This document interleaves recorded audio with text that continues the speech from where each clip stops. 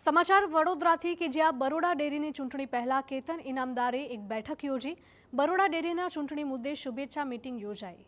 Savli zone 5ના ઉમેદવાર Ramsinh Vaghela director પદે બિનહરીફ થયા છે। ઝોન 6 માટે સુરપાલસિંહને ભાજપે ટેલિફોનિક મેન્ડેટની જાણ કરી।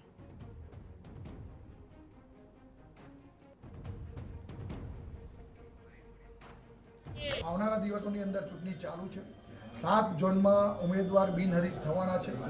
પરમ દિવસે એટલે કદાચ 9 તારીખે આવતીકાલે ઓફિશિયલ જાહેરાત થઈ શકે છે બિનહરીફની કે જે પણ તમે અહીંયા આગળ ચૂંટણી લડો છો એ માત્ર ને માત્ર પશુપાલકો માટે, માત્ર ને માત્ર મંડળીના હિત માટે, માત્ર ને માત્ર સંઘને સમૃદ્ધ કરવા માટે લડો, એ જ મારી અપીલ। આ જ વસ્તુ કહી અને બીજી એક વાત સાથે કહું છું।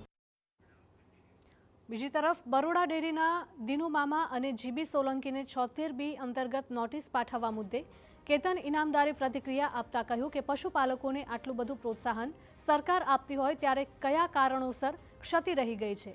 ક્ષતિ રહેવી એ પણ ખોટું કરેલા કૃત્ય સમાન છે।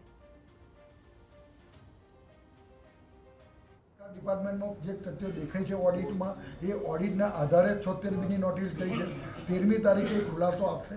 13મીના ખુલાસામાં એમનું ખુલાસો વ્યવસ્થિત કદાચ કોઈ કારણોસર કંઈક હોઈ શકે તો એના પછીનો નિર્ણય લેવાશે। પણ જે ક્ષતિઓ રહી છે એ ક્ષતિઓમાં જો ખુલાસો આપવામાં જે ચૂક કરશે કે કદાચ એ ક્ષતિ જ રહી જશે તો 100% એનું પરિણામ ભોગવશે ને ભોગવશે આવનારા દિવસો માટે।